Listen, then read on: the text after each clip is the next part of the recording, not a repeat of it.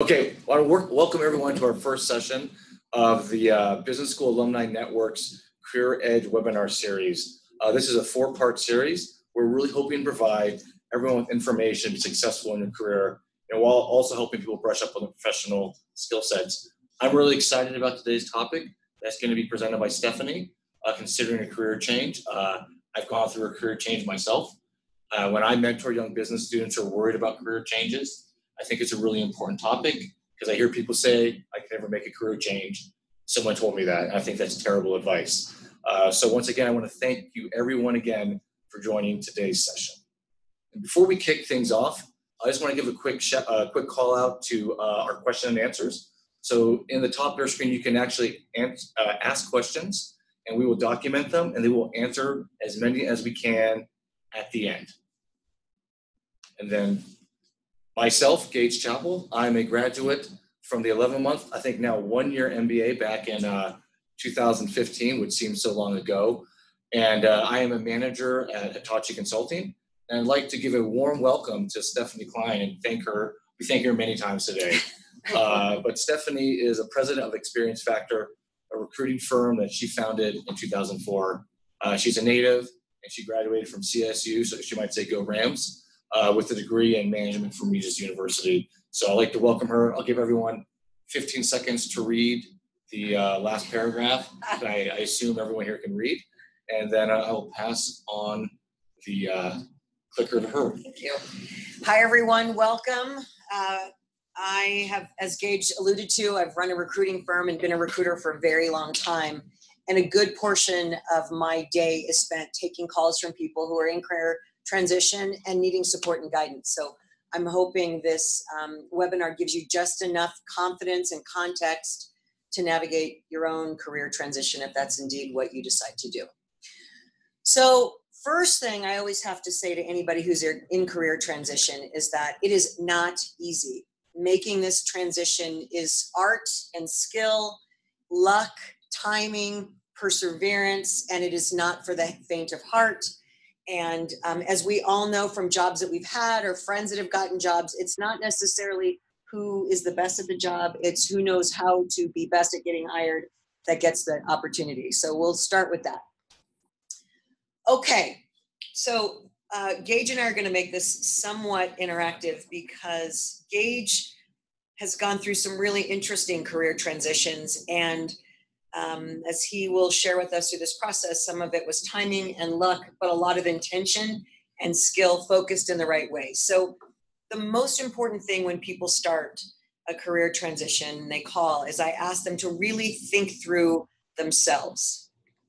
Because when you've been a working professional for a while, you start to uncover what skills you're best at.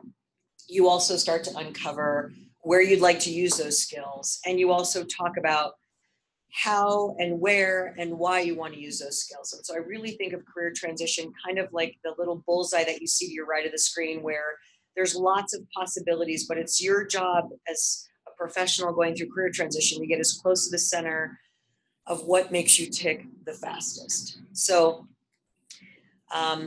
it's important to really focus on what you love to do, not just what you can do. And that's really the crux of our discussion today. So in this next part, I'm going to have more of a dialogue with Gage about his experiences as from all the transition he went through that I think will help make this more applicable to all of you. So up on your screen now, you're going to see what we call this flower exercise.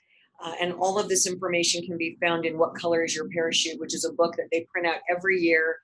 It's been happening they've been printing it, I think, for 50 years, and it's right every single time, and they update it to make it relevant for the 21st century.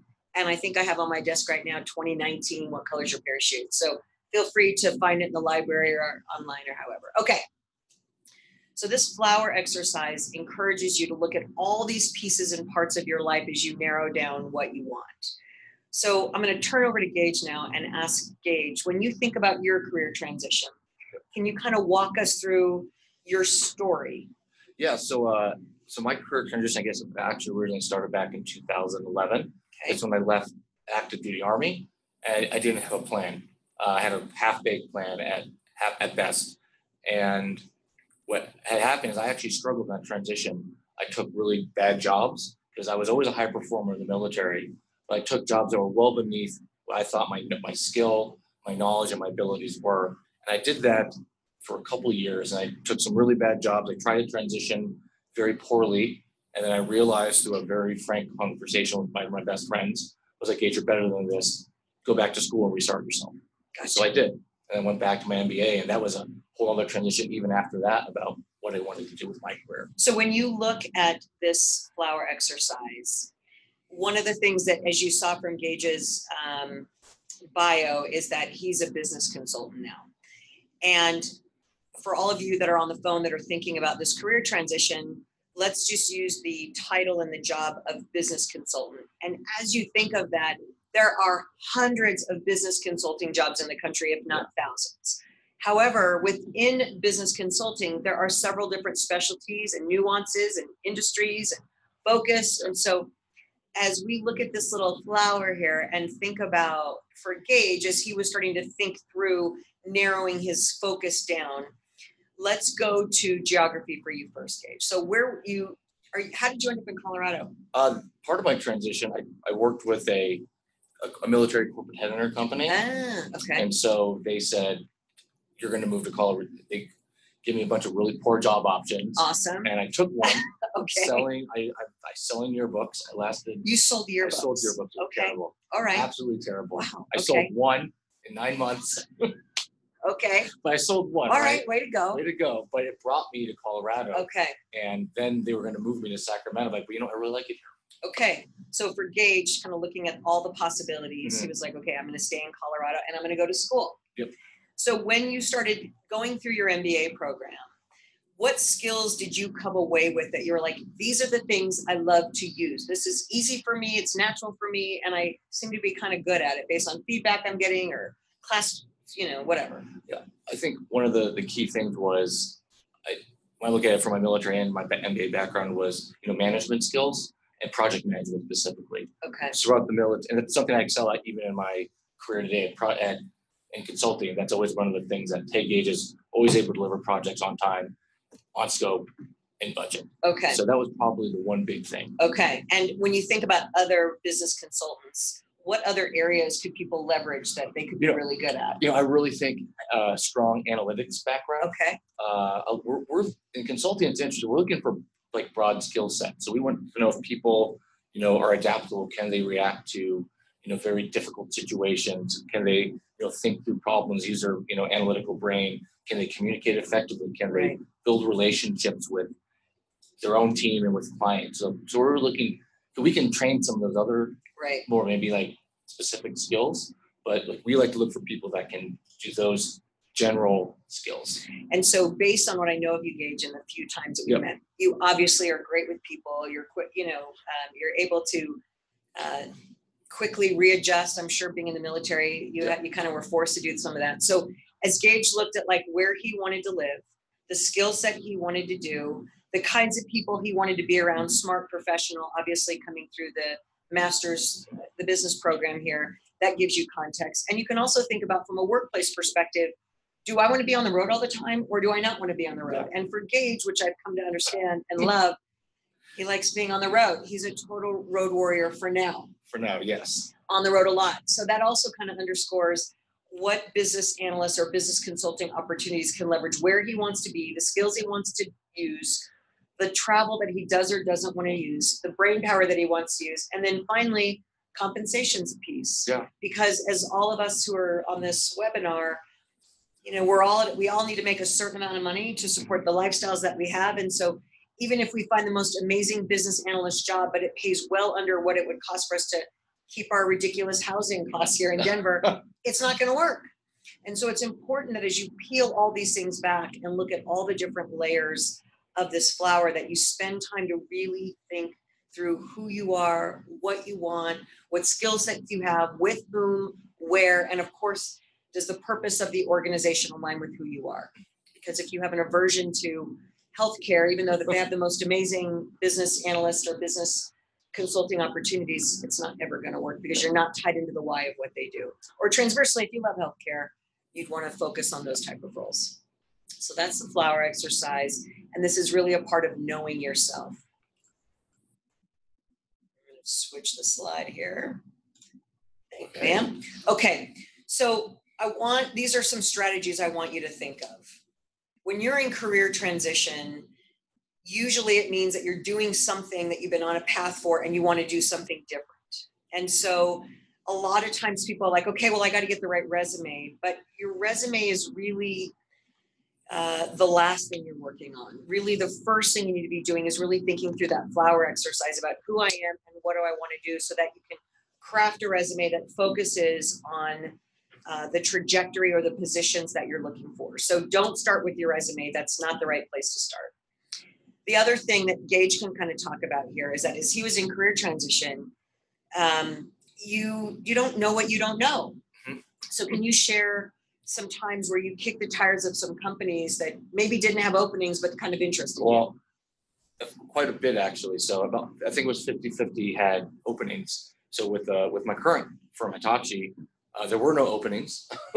I just knocked on the door, and it took months for me to do it. I mean, initially I had met someone at a career fair, and then I met someone through networking at the university, both that worked at Hitachi. And it took 2 to 3 months of, gently nudging that along and, meeting a few times before someone felt comfortable like referring me. And then once that happened, I had built, enough momentum and enough support within that organization for them to take a chance on me. One of the other things that Gage and I talked about as we were getting ready for this webinar is that through Gage's discussion with these consulting firms, he started to learn the vernacular and the wording and how they articulated their business process or their model or their goals. And so can you say some more about that? Yeah, it's really great. So one of the people I met with who became my career advisor when I first joined the company, we met numerous times, and he said, you have to understand how we're broken down. So here's the structure. Here are the things that we're going to listen for, that we need you to, that we listen for in interviews. And if you say communication plan, boom, we're lighting up. We're lighting up, right? And right. Now that I interview people, I listen for those things, right? And even when I go to other consulting firms, and I've interviewed with firms, it's very incestuous. Right. I know the language, and so I start talking, and they immediately know, hey, this person knows what they're doing, and someone that we want to have. Right. So that's a real important thing, and each industry has that. And in consulting, I've been in different industries, from consumer product goods, from auto, from oil and gas, and each industry has its own language. And then within that industry, each business function has its own language, from accounting to whether it be operation, whether it be HR. Right. You need to learn that language. Right. So that's a really important thing, is when you're having these discussions, these career discussions, or informational interviews is what they're traditionally called, you're picking up the language, the scope, and it even gives you words to have on your resume when you go to present it. So all these things are connected, and certainly going after small to medium-sized companies to start building those relationships and having those networks is a faster, easier way to go. Because you can always, from my experience, you can pull those. So I have a big network, and I was talking with a lot of people that would be willing to work at small and medium, but they know people, and I was able to even interview out of Google, which is, I didn't get the job, but to have Google fly you out there, that's still an accomplishment. Cool, it's still a pretty cool experience, right? Coming from a non-preferred school. So non-preferred. I always joke, scratch that part, but I always joke because I say that because certain companies recruit from certain schools. Certainly, absolutely. Okay.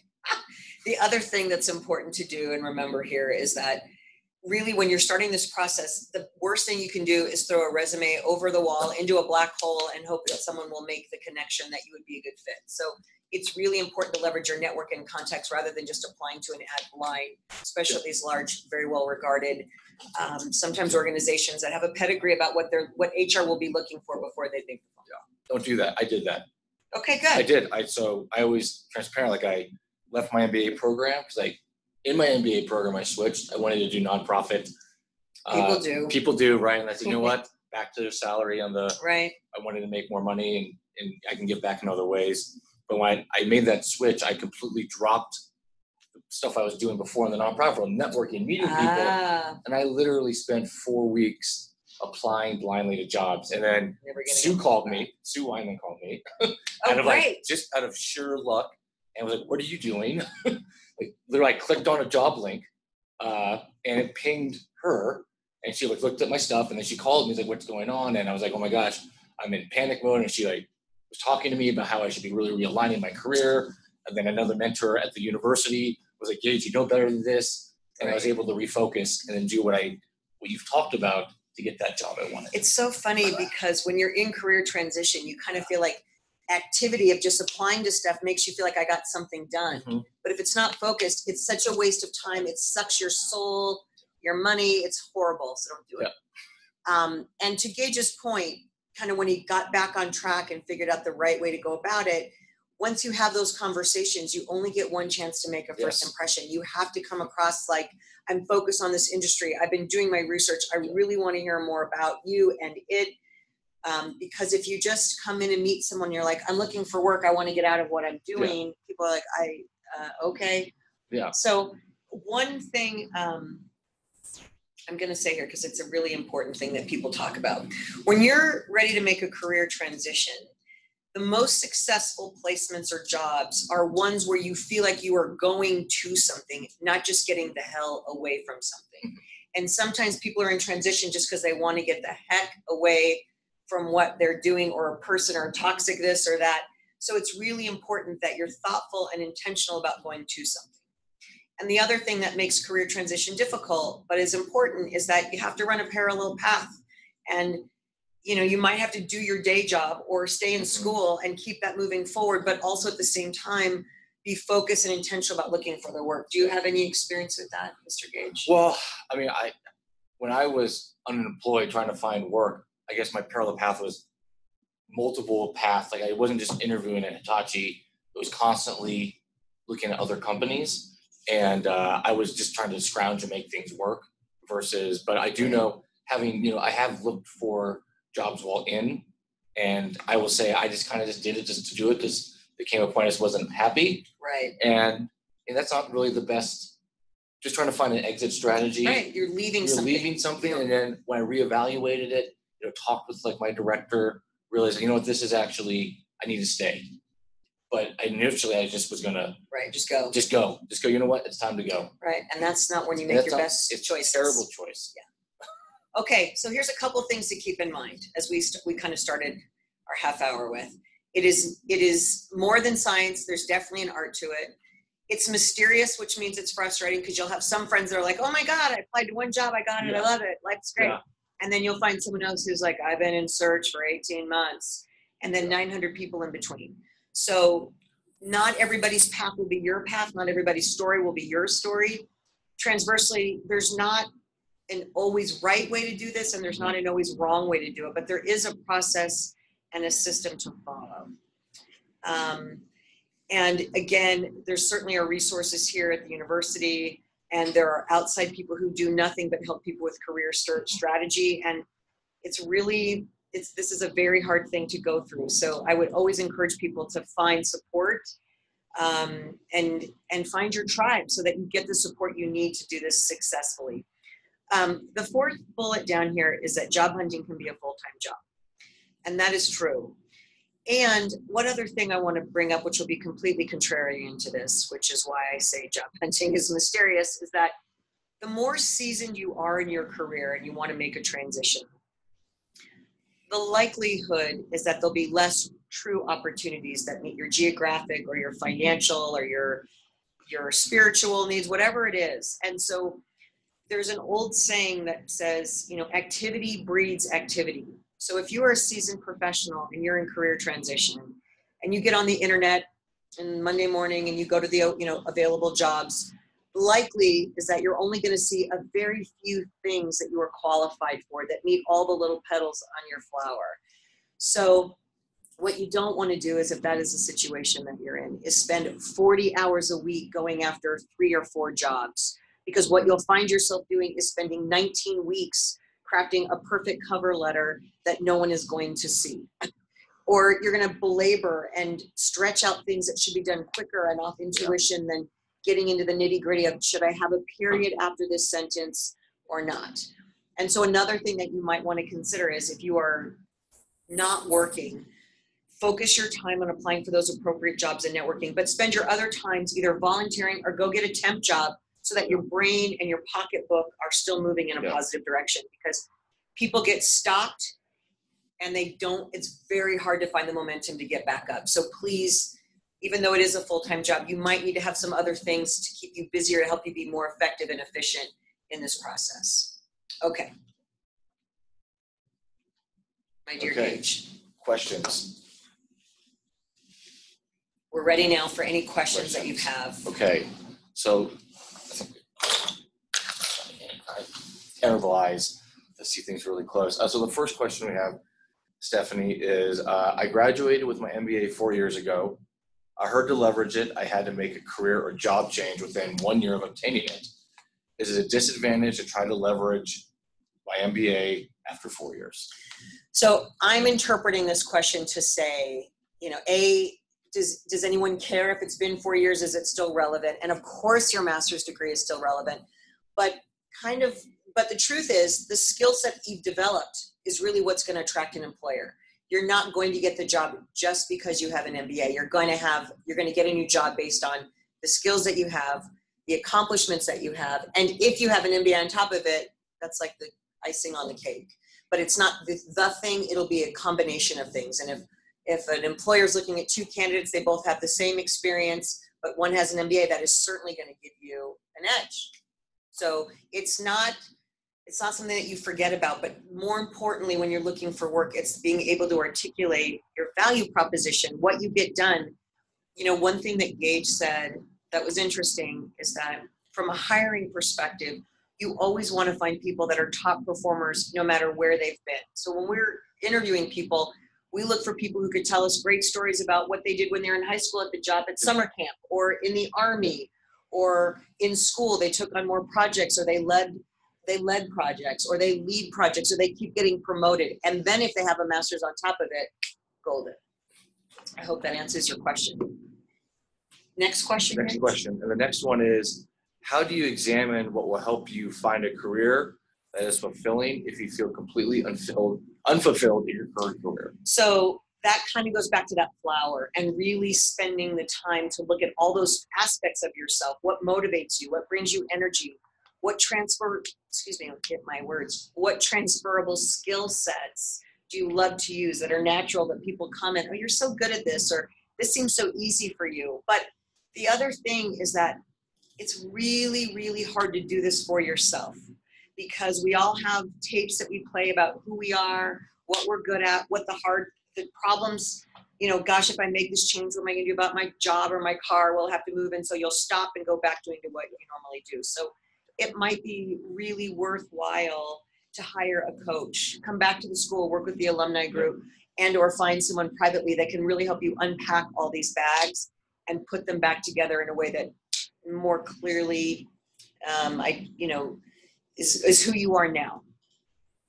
Hope that answers your question. Okay, we have another one. Any tips on looking for jobs outside the area you're living in? I'm contemplating a move to Indianapolis. Any special considerations when applying to out-of-town jobs? So for Denver, this is tougher because so many people want to be in Colorado. And so a lot of employers will say, I don't need to go outside the state. The talent is here. We don't need to relocate anybody. Not for all jobs, but for a lot. Indianapolis, however, might be a different market where someone with your skill set might be in more demand. But it is really hard to do from the outside. It's very hard to send a resume because, like we talked about, if you don't have relationships or a network and you're sending your resume kind of blind or cold, it's harder unless you have a very specific skill set that somebody over there really could use. And then from a personal perspective, I'm from here and I moved to San Francisco and I lived there for 5 years in my early 20s. And I had a great job, but I missed Colorado. And no matter what great job I kept getting promoted into, I just never felt like it was where I was supposed to be. So I was miserable and totally fulfilled at the same time. And I went and had coffee with a mentor of mine in San Francisco. And she said, go where your heart is, the jobs will present themselves. And even though that sounds kind of woo-woo and whatever, I still find it to be true. If you're in a market where you really want to be, it'll all work out. I hope that answers your question. And I hope you don't leave Colorado, but. Or you can fly to Indianapolis and meet with people. I did that. There you go. Okay. I've done that. I always want to live in New York. So at one point I was looking for jobs. I flew out and met with some people in New York. Had some whiskey. Yeah, at the Cornhole Club in Midtown. And that even shows even higher level of commitment that you have. And I was there on vacation. My car wrote, hey, I'm here on vacation, but I'll spend an hour, 30 minutes a day if you want to meet with me and talk. And I actually got valuable insights from that discussion. First off, all your stuff's too long. We want everything one page. Oh, okay, so good. I didn't know, which I had no idea that this organization would only want a one page resume and like a 3-paragraph cover letter. Because I was told very different things, and it depends on the company. So interesting. Okay, so good feedback. Good feedback. Okay, there you go. And then next question. How do you deal with fear, capital fear, and instead have a mindset of abundance? Fear of failure, fear that you're not good enough to switch, won't succeed, fear of loans needed, etc. If I had an answer to this question, it applies to everything for everybody throughout your career. So I guess the simple platitude answer is you have to practice. You have to do it and do it and do it and do it and get out of your own way until it becomes second nature and it doesn't seem so fearful and it feels empowering. But that takes a lot of work, and it takes, again, maybe getting a coach with some accountability so that you catch yourself when you start making those negative thoughts start coming in your head. Yeah. Gage, I mean, you've been through some adversity getting to this place. Actually, I work in a lot of what I do in consulting is change management too. And it was always, people are always like, I hate change. And I do it professionally. We changed the Skype for internals and we almost had a riot. But from my own experience, because I struggled for 9 months trying to find a job, and there were some really dark days, but I had built a network of friends that could support me emotionally, that could support me, professionally. And I just kept swimming. You got to keep positive attitude, and you kind of keep clawing at it. It's not easy, as you said earlier. It's one of the hardest things I've done. And I was in the Army. I think this is really difficult. And I think if you know that, and you're trying to mitigate for some of that through all what we talked about today, it makes the process manageable. But I think it's just one step at a time, and being confident in yourself. And I think knowing you're following a particular strategy makes you feel like you're in a little bit more control than just like willy-nilly, ready, aim, fire, aim, ready, like following a consistent process and getting the support will really help. Yeah, I think it's super important that you're very specific, especially when you're talking with people. Yes. Because if you're specific and you say like, hey, my name is Gage, and I had like a line, I would say not the same thing, but a very similar thing each time. A little elevator speech, 30 seconds, and maybe adjusted for whatever it was, and preparing questions to talk about, hey, you do X, what does it look like on a day? And then that preparation and specificity, I think helps you and that person on the other end. It's true. Okay, so how do you find the name and title of these career-changing jobs or places of work? So what I think is that this is the wrong question. The question really should be, who am I? What do I want? And what jobs align with those things? Because it's a perfect example. Here's another thing. So I work at this recruiting company. I get calls all the time, and someone's like, hey, what industries are hot right now? I'd like to get a job there. And I was like, well, actually, healthcare is hot if you want to be a CNA. Is that what you want? And they're like, no. Okay, so healthcare might not be the right thing for you. So the real question is not what's going on or what jobs are there, but more, who am I? What do I want? Let me peel this back, and then you can go find the careers that align with that. So I'm sorry. It was a good question, but the wrong question. Okay, next question. How do you narrow down your job search when you feel you have skills and interest in so many fields? Okay, this is a tough one. In life, there are generalists and there are specialists. Specialists have it easy because they can say, and I'll use Gage as an example, I am a business consultant, I specialize in oil and gas, and I live in Oklahoma. Okay, you're going to be working because that's where the Mecca, it's not the Mecca of oil and gas, but just pretend. Yeah. It's huge. You know what you do. You have experience. You have a network. You have expertise. You'll go. But if you are like, I'm great with people, like if you're like Gage, I'm great with people. I'm really good on projects. I'm really good at executing. You could take those 3 transferable skill sets and pretty much do anything. So it's hard when you have a lot of things that you could do, which is usually the hardest career search. But the more you can focus it and run those parallel paths, like for Gage, okay, Gage, we're going to use your project management skill set. What careers are in project management are in Denver, in your salary, and for companies that get you excited? Okay, let's use your operational expertise or change management. Yeah. What change management opportunities are in Colorado in my price range with companies that can pay me what I'm worth? So you can take all the parts of you and spread it out a little bit so that you can come across as a specialist in those areas. But that's hard. That's why it's really important that you get a coach to help you through this, because a lot of us have lots of skills and gifts, but focusing them can feel, well, gosh, that means I wouldn't get to do this and I wouldn't get to do that, but you don't really know. It's what you're telling yourself. So I hope that answers your question to say that it's tough, and getting the support to kind of peel all these apart and figure out how to market them individually and or collectively to the right thing is super important. Sorry, tough, long answer. Yeah. But I would think, from my experience, when Yeah. you talk with people about your experience, like when I do these informational interviews, Yeah. and you talk with people, a lot of times I found that like, hey, you're going to be great for this job, even though maybe you don't hit all those check boxes in the Right. job description. I've talked with the person that was in the job that I was applying for previously, and she's like, yeah, this sounds like a great fit. And you're like, really? Really? Well, great. And I mean, I don't necessarily do these things, but Right.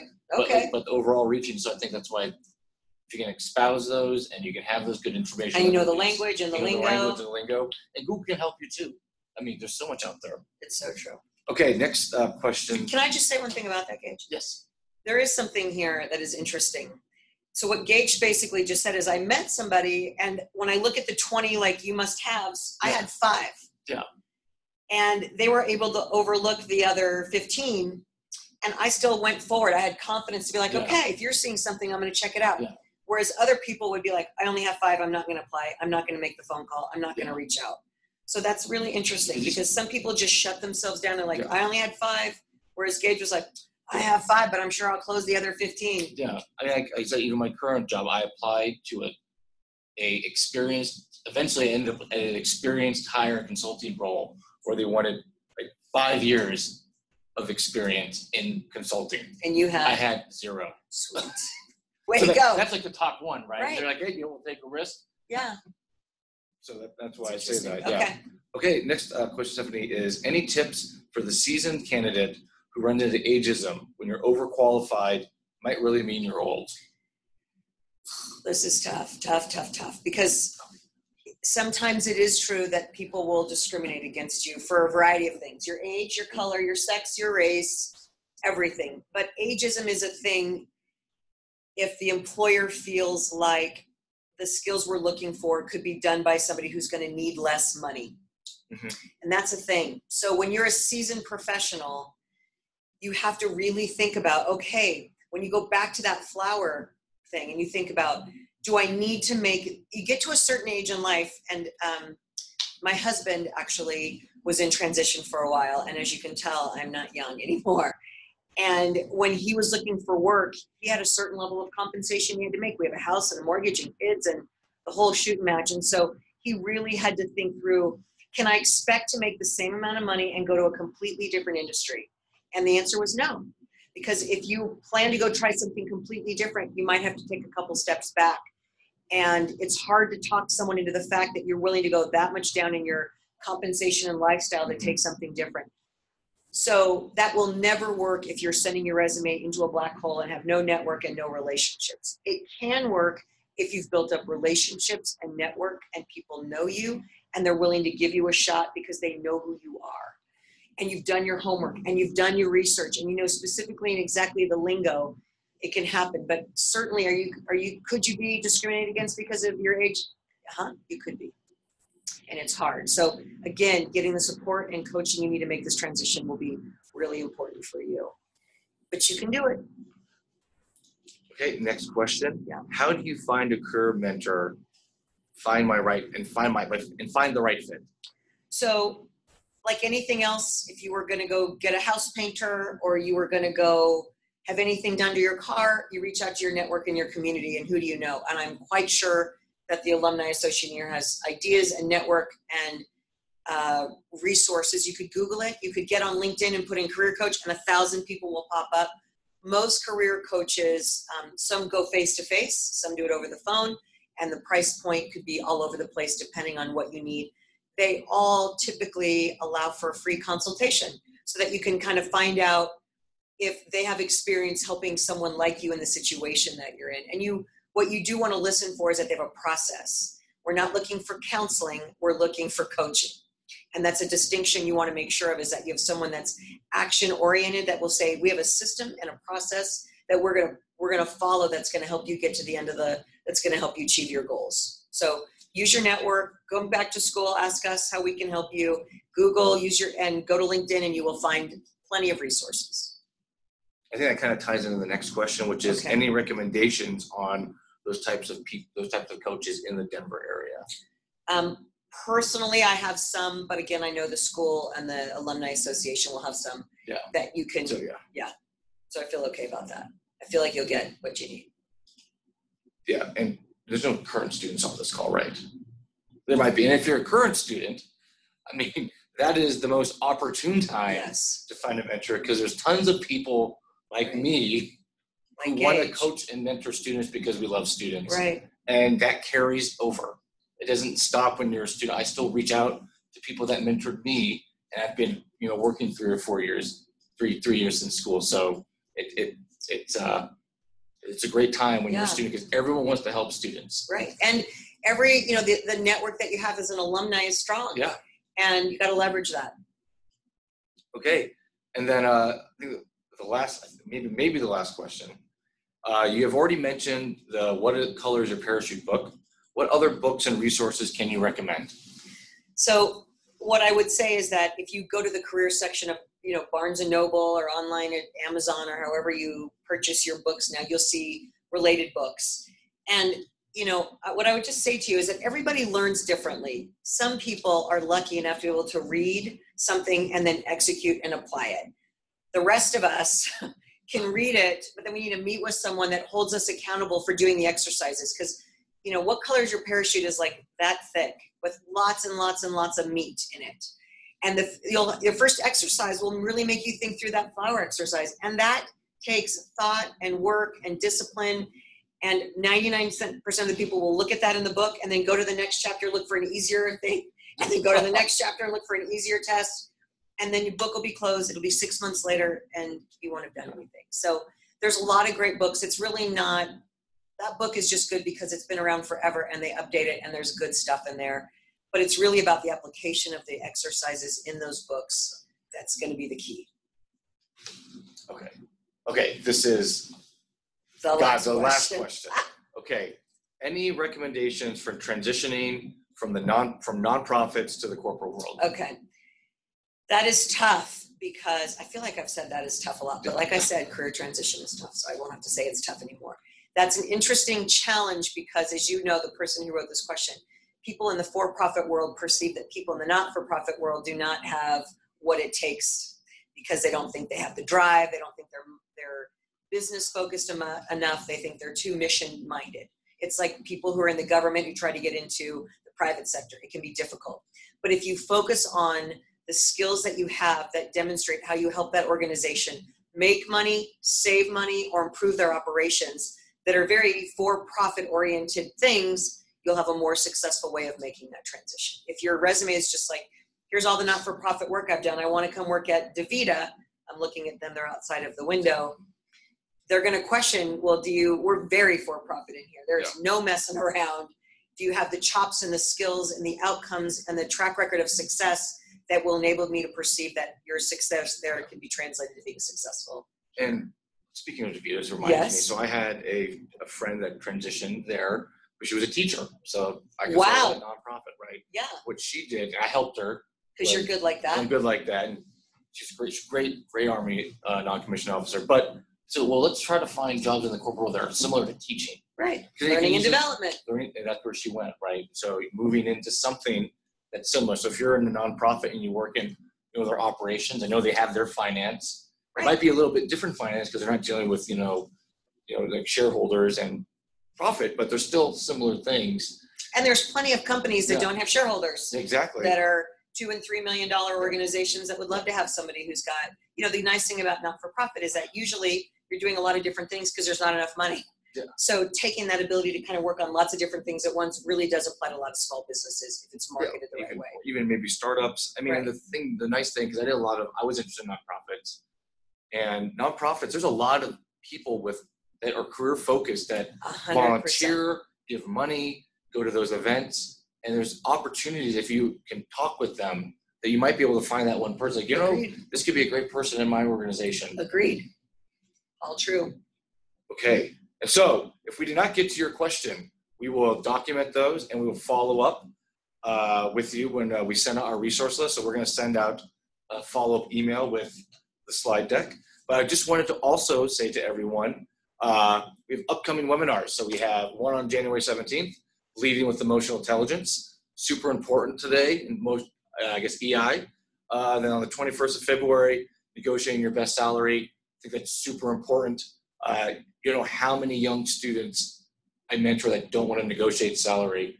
And I forced one. I said, I'm going to stop being two of them. So I'm going to stop being your friend. Both of them, Right. 15 to 20% more. Just off asking. So you have to ask it well. Right. So that's going to be a great one. And March 14th, Managing Up, 10 ways to build an effective relationship with your boss. And as always, you can register online through that link. I want to thank Stephanie once again for taking time out of her schedule today to My pleasure. come here. And thank the Business School Alumni Network for putting this on. I think it's a wonderful value that the network brings to both current students and the alumni. And I think that is it. Thank you. Have a great day, everyone.